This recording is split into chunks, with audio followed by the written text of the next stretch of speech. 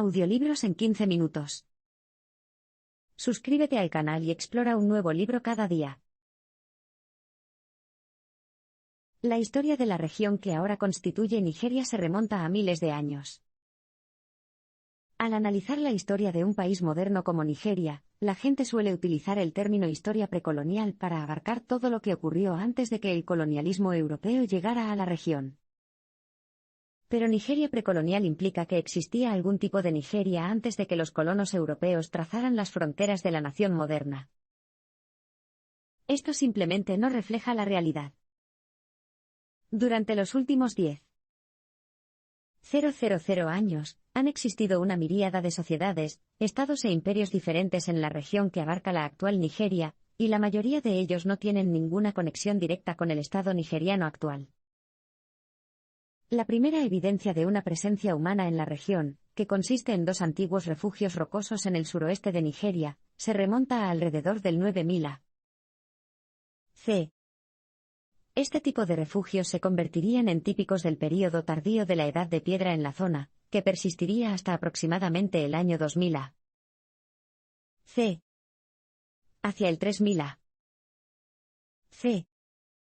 se podían encontrar evidencias de cerámica en todas las áreas de la Nigeria moderna, así como de hachas y puntas de flecha. Con la caza y la recolección cediendo lentamente el paso a la agricultura entre el 4000 y el 1000 a.C., comenzó una transformación en la región. Con los recursos alimentarios ahora centralizados, comenzaron a surgir asentamientos rurales permanentes en toda la Nigeria actual. Las aldeas del pueblo Igbo tenían estructuras descentralizadas. Una jerarquía basada en la edad determinaba las decisiones políticas de las aldeas individuales, y grupos de aldeas se reunían para intercambiar productos en los mercados, y participar en las reuniones dentro de las aldeas. Los Igbo mantuvieron esta estructura hasta el colonialismo británico a principios del siglo XX. Sin embargo, a principios del siglo X d.C., otras sociedades comenzaron a desarrollar estructuras políticas centralizadas. En las primeras etapas, esto significaba gobernantes parecidos a reyes, y las comunidades anteriormente descentralizadas se convertían en reinos. Los centros urbanos se desarrollaron y la política, el comercio y la cultura florecieron.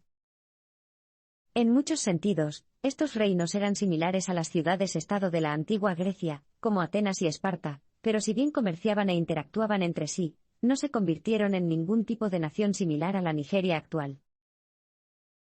El advenimiento del Islam en la región fue un factor crucial en el crecimiento de estos estados centralizados. Los estados gobernados por líderes Hausa y Kanuri, etnias que todavía están presentes en Nigeria hoy en día, adoptaron el Islam como religión estatal a finales del siglo XI d.C., vinculando sus reinos con el resto del mundo islámico, tanto comercial como académicamente. Para 1500, tanto las agrupaciones descentralizadas de aldeas como los estados centralizados dentro de los límites de la Nigeria moderna habían desarrollado relaciones políticas y comerciales, lo que marcó el comienzo de una economía regional integrada. En las elecciones nigerianas de 2007 se produjo por primera vez la transferencia pacífica del poder de un civil a otro.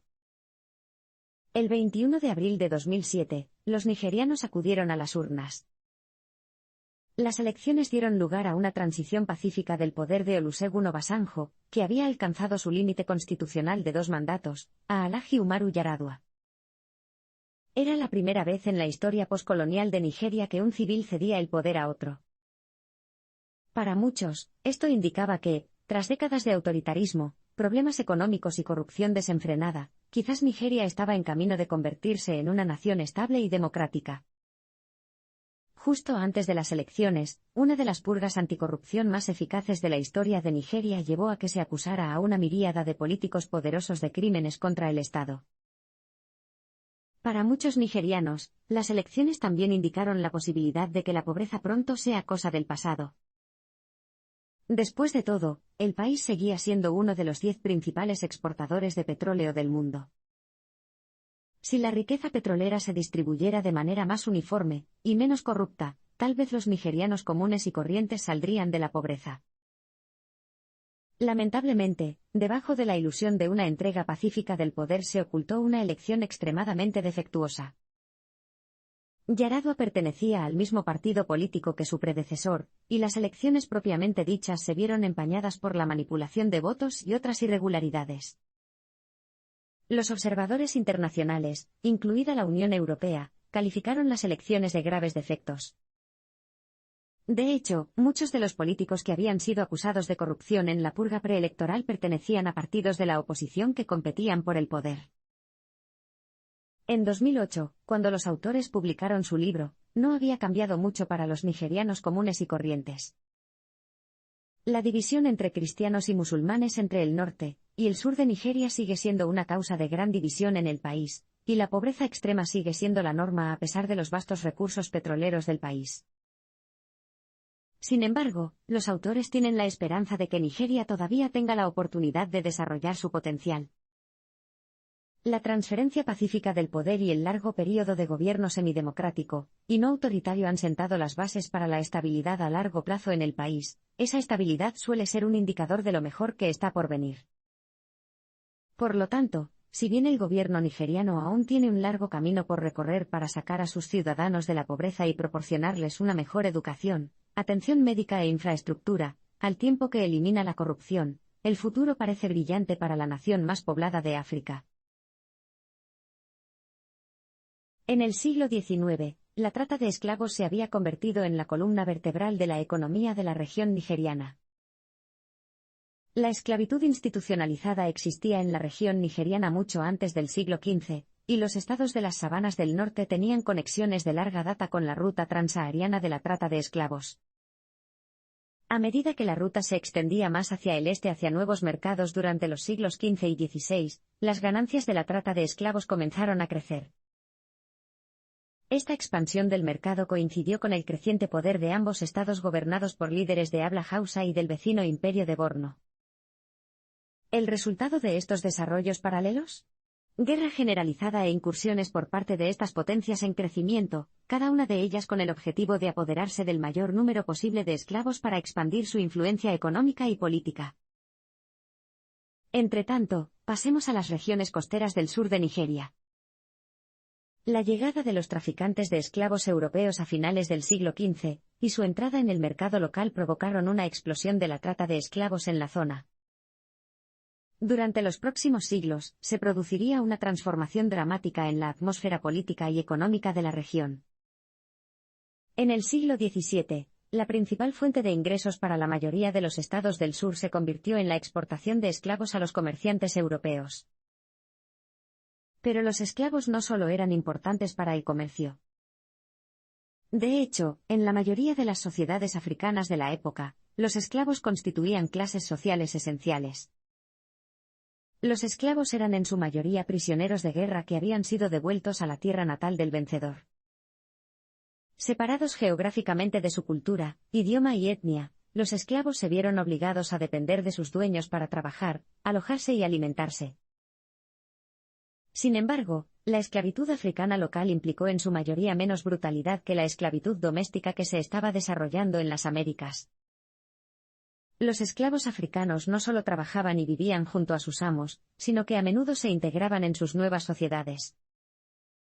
También era habitual que los dueños de esclavos se casaran con sus esclavos, liberándolos así a ellos y a los hijos posteriores. En el sur del Imperio Oyo, los esclavos desempeñaban un papel extremadamente importante en la sociedad. Muchos ocuparon puestos militares y burocráticos, y ellos mismos se convirtieron en asaltantes y comerciantes de esclavos. De hecho, algunos esclavos se hicieron muy ricos por derecho propio, incluso acumulando poder político. A los esclavos que fueron vendidos a los comerciantes europeos les esperaba una vida mucho más dura. En total, se estima que entre 1600 y 1800, los puertos situados en la costa sur de Nigeria enviaron 473. 100 esclavos.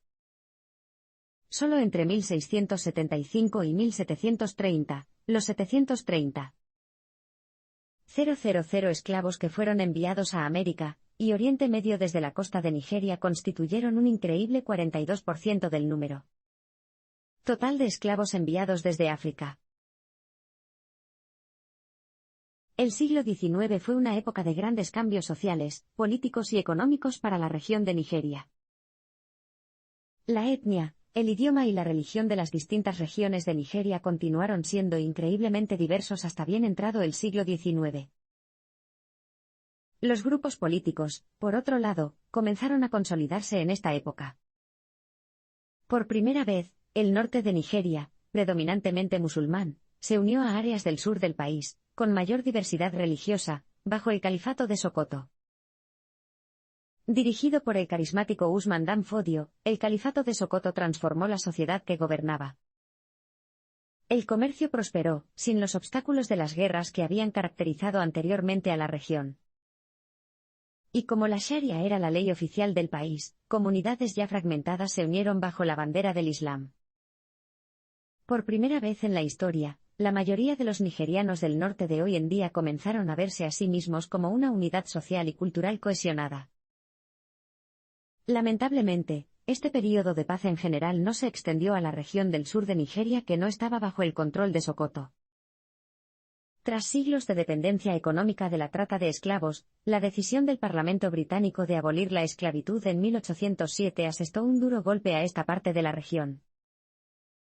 Esto significaba que a los comerciantes británicos, y a los barcos británicos, ya no se les permitía comprar ni transportar esclavos. El otrora poderoso Imperio de Oyo se vio particularmente afectado por esta transformación económica, y, junto con la creciente conquista de su territorio por parte de la vecina Sokoto, el poder del imperio disminuyó a lo largo del siglo XIX. Sin embargo, a medida que los comerciantes británicos orientaron sus esfuerzos comerciales hacia el aceite de palma, se produjo una lenta recuperación económica. De hecho, a mediados del siglo XIX, el aceite de palma se convirtió en la principal exportación de los estados situados en la costa nigeriana. Sin embargo, si bien la prohibición británica de la esclavitud tuvo graves ramificaciones para la economía de la región, la trata de esclavos perduró hasta mediados del siglo XIX. La esclavitud como institución social continuó en toda la región, especialmente debido a que la demanda de producción de aceite de palma requería una mayor fuerza laboral. Sin embargo, esto no significaba que los esclavos vivieran necesariamente condiciones más duras, tanto los esclavos como los pequeños agricultores encontraron una nueva fuente de sustento económico gracias al floreciente comercio de aceite de palma, y muchos vieron un repunte en sus posiciones sociales. Si bien la abolición de la esclavitud por parte de los británicos sin duda sofocó el posible sufrimiento de innumerables africanos, también puso en marcha una serie de acontecimientos que llevarían a los británicos a involucrarse más en la región. Pero esta vez, no serían solo los comerciantes británicos los que llegarían a los puertos nigerianos, sino también las fuerzas gubernamentales y militares. El colonialismo británico en la región comenzó en el siglo XIX, y condujo a la creación de la actual Nigeria. Con la abolición de la esclavitud y la incertidumbre económica que causó, la guerra y la inestabilidad política se generalizaron en todo el sur de Nigeria a principios del siglo XIX. Con esta inestabilidad amenazando los intereses comerciales británicos en el comercio del aceite de palma, era solo cuestión de tiempo que Gran Bretaña decidiera estabilizar la región enviando a sus militares, misioneros y funcionarios políticos. Los deseos coloniales de Gran Bretaña en Nigeria coincidieron con la lucha por África en toda Europa. Los principales imperios europeos, como Gran Bretaña, Francia y Alemania, lucharon por el control económico y político del continente africano y sus vastos recursos naturales y humanos. Pero la colonización no ocurrió de la noche a la mañana. Si bien los primeros misioneros y fuerzas armadas británicos comenzaron a llegar en serio durante la década de 1850, la tarea tardó otro medio siglo en completarse. Se utilizaron varios medios para someter a las poblaciones locales. Para empezar, el colapso político del otrora poderoso Imperio de Oyo en 1850 abrió vacíos de poder en toda la región sur. Los líderes locales lucharon por el poder político, y algunos solicitaron la ayuda militar británica para derrotar a nuevos rivales. Otros buscaron la ayuda de misioneros británicos para someter a las poblaciones locales mediante la introducción del cristianismo como medio de control social. A cambio de esa ayuda, se firmaron tratados que otorgaban el estatus de protectorado a las regiones que solicitaban ayuda del Reino Unido. Dicho de manera más simple, dichos tratados otorgaron a los británicos la soberanía sobre las regiones en cuestión. Pero, como se vio en toda África en aquella época, la herramienta más común del arsenal colonial británico para pacificar a los lugareños, apoderarse de sus tierras, era simplemente la superioridad militar. Y a finales del siglo XIX, la gran mayoría del sur de Nigeria estaba bajo el dominio colonial británico. En 1900, se declaró el Protectorado del Sur de Nigeria. Solo un actor indígena importante siguió representando una amenaza para los intereses británicos, el Califato de Sokoto. Sokoto era la entidad política indígena más importante de la época. Lo que era aún más preocupante para los administradores coloniales británicos era que los franceses estaban expandiendo rápidamente su propio imperio colonial directamente al norte de Sokoto, en el oeste de Sudán. Para asegurarse de que los franceses no llegaran primero a Sokoto, los británicos tuvieron que actuar con rapidez. Así, en 1899, las fuerzas británicas lanzaron una devastadora campaña de 4 años para conquistar la región, que terminó con el asesinato de su califa, Muhammadu Atairu, el 27 de julio de 1903. El otrora gran imperio pasó inmediatamente a formar parte del nuevo protectorado del norte de Nigeria. La colonización de Nigeria se completó. A principios del siglo XX, Nigeria experimentó transformaciones sociales, económicas y políticas masivas bajo el colonialismo británico. En 1914, Gran Bretaña unió los anteriormente separados protectorados del norte y del sur de Nigeria. Este nuevo estado, la Colonia y Protectorado de Nigeria, se dirigiría bajo lo que su gobernador general británico, Frederick Lugard, denominó el sistema de doble mandato.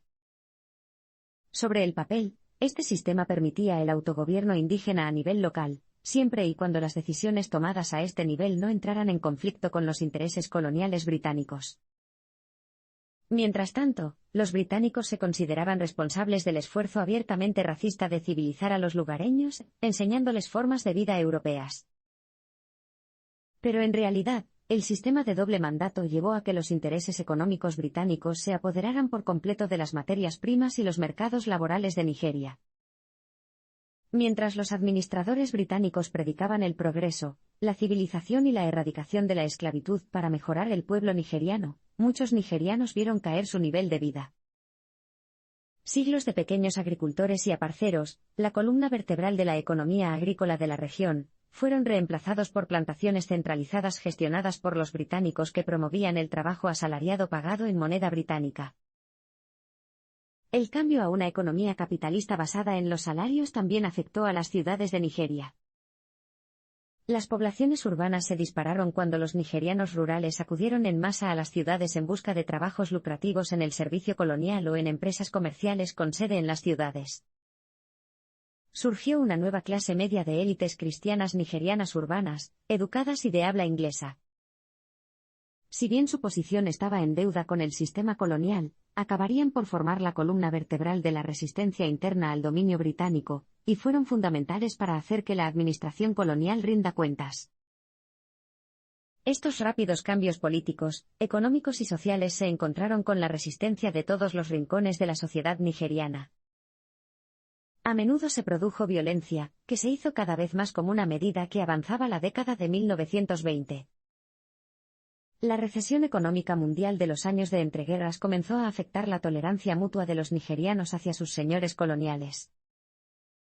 Luego, en 1929, cuando la crisis de Wall Street puso de rodillas a la economía mundial, la desafección se extendió tanto que se transformó en una resistencia colonial organizada a gran escala.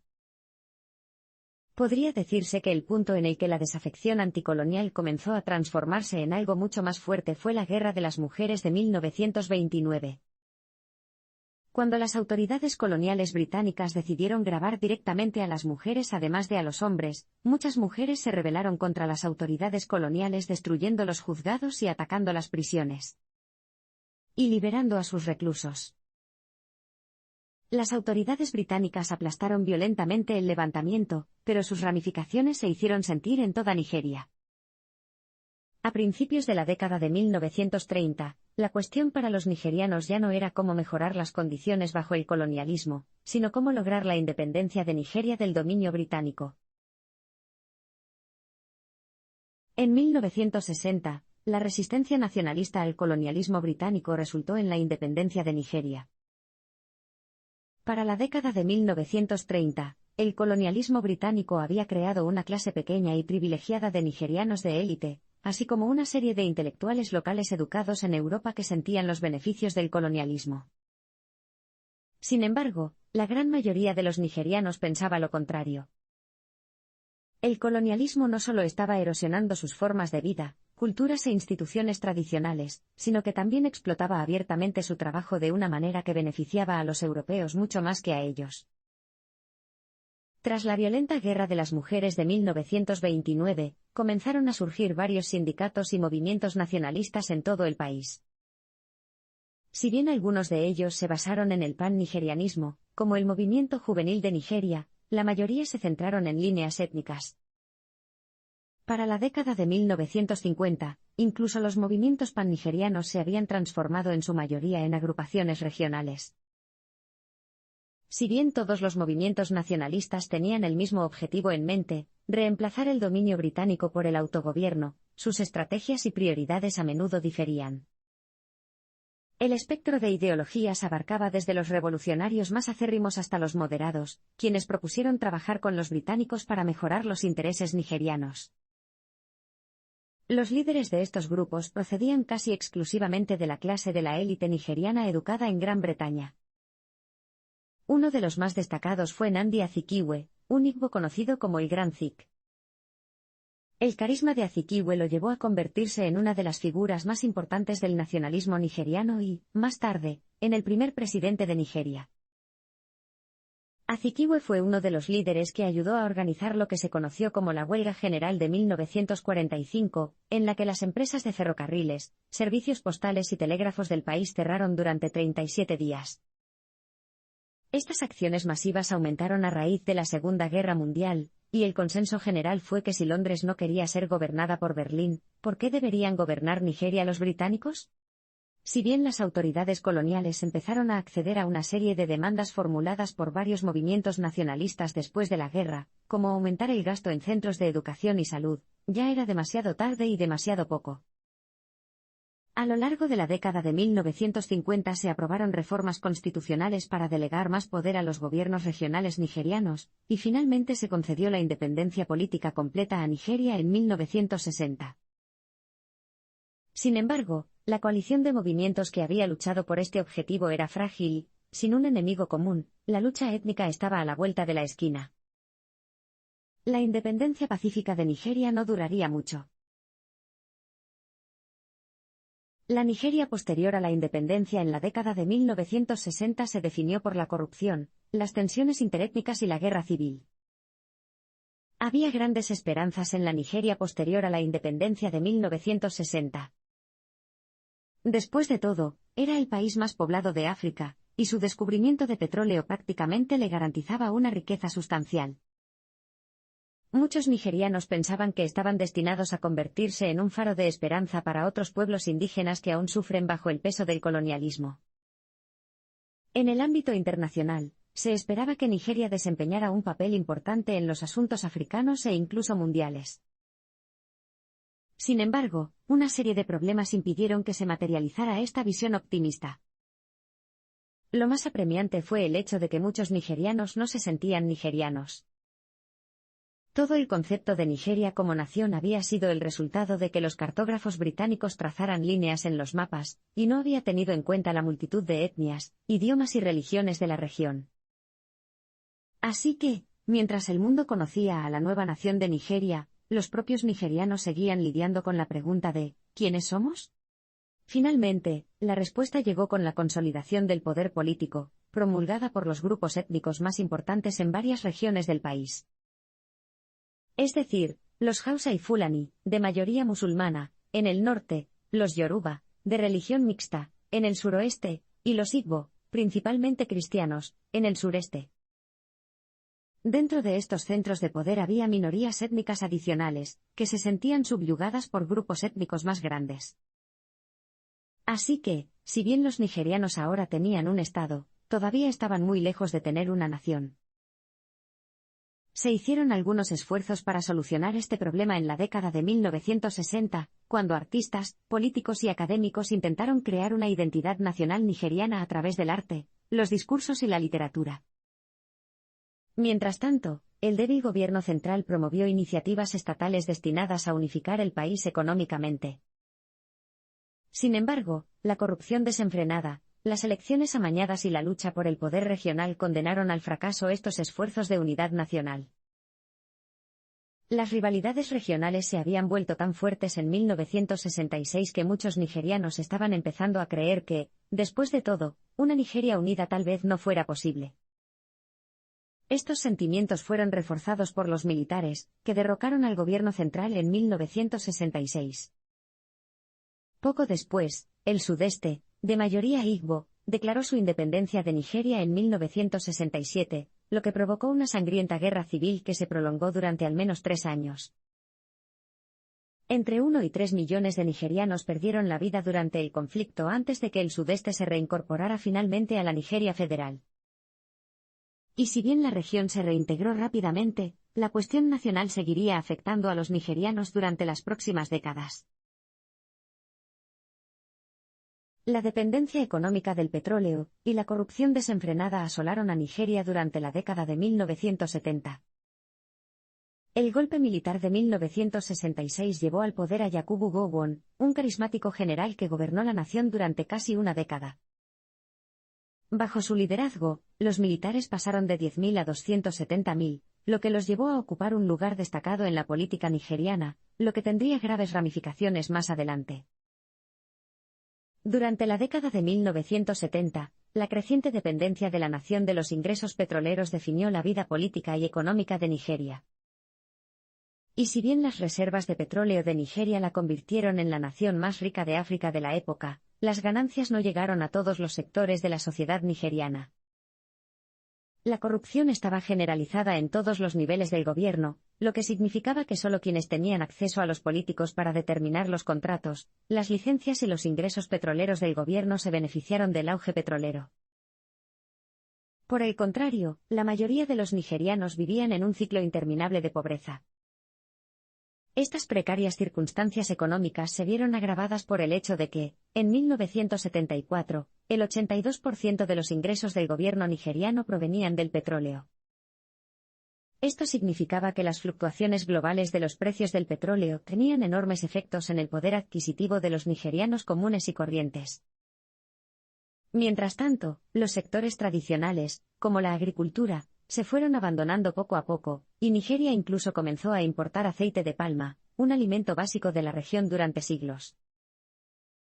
La corrupción y la pobreza eventualmente llevarían a la caída de Gowon. Tras retractarse de su promesa de entregar el poder a un gobierno civil, otro golpe militar en 1975 impulsó al general Murtala Mohammed al poder. El golpe contó con un amplio apoyo popular, y las reformas iniciales de Mohammed parecían estar orientando a Nigeria en la dirección correcta. Sin embargo, a menos de 6 meses de haber asumido su liderazgo, fue asesinado y reemplazado por otro general reformista, Olusegun Obasanjo. Los esfuerzos de Obasanjo para reducir la corrupción fueron en su mayoría infructuosos. Las purgas de políticos corruptos provocaron que otros políticos corruptos ocuparan su lugar, ya que las estructuras de la corrupción se mantuvieron sin cambios. Sin embargo, si bien Obasanjo no pudo detener la corrupción, logró devolver el poder a un gobierno civil, con una elección en 1979 que llevó a Shehu Shagari al poder. 13 años de gobierno militar habían terminado. La corrupción, por otro lado, estaba lejos de terminar. Y con la caída significativa de los precios del petróleo en 1981, Nigeria entró en una recesión de 11 años. El desempleo, la delincuencia y la inflación aumentaron considerablemente, y, junto con una evidente manipulación electoral, los días de Shagari estaban contados. En 1983, Nigeria fue testigo de otro golpe respaldado por la población en general, con la llegada al poder del general de división Muhammadu Buhari. Tras sufrir bajo 3 dictadores militares, a los nigerianos finalmente se les volvieron a conceder los derechos democráticos en 1999. El efímero experimento democrático en Nigeria había fracasado, y los militares habían vuelto a tener el control. El golpe de Estado de Buhari provocó otros 15 años de autoritarismo, un empeoramiento de las condiciones socioeconómicas y, finalmente, una fuerte reacción de la sociedad civil que devolvería la democracia. Sin embargo, 15 años y 3 dictadores habían arraigado la corrupción en Nigeria, y la opresión y la coerción se convirtieron en el lenguaje principal del poder y el control estatales. Mientras tanto, la economía nigeriana continuó su trayectoria descendente. Mientras los funcionarios del gobierno y sus asociados seguían robando de las arcas del Estado, muchos nigerianos comunes y corrientes recurrieron a la delincuencia solo para sobrevivir. Así pues, en el período comprendido entre 1983 y 1999 se produjo un enorme aumento del soborno, los robos a mano armada y el contrabando. La gran mayoría de los nigerianos seguía viviendo una vida de pobreza desenfrenada. Las fuerzas occidentales no ayudaron precisamente a mejorar el nivel de vida del nigeriano promedio durante este período. Tras haber prestado enormes sumas de dinero a los gobiernos nigerianos anteriores, el FMI exigió el reembolso en 1985. Obligaron a Nigeria a implementar un plan de reembolso, el Programa de Ajuste Estructural, que incluía medidas de austeridad masivas, la venta de empresas estatales y la desregulación del comercio. La austeridad aumentó aún más la inflación, lo que a su vez redujo la cantidad de productos básicos disponibles para los nigerianos. Sin embargo, el autoritarismo desenfrenado y el declive socioeconómico condujeron a algo bueno, un crecimiento considerable de las organizaciones de la sociedad civil.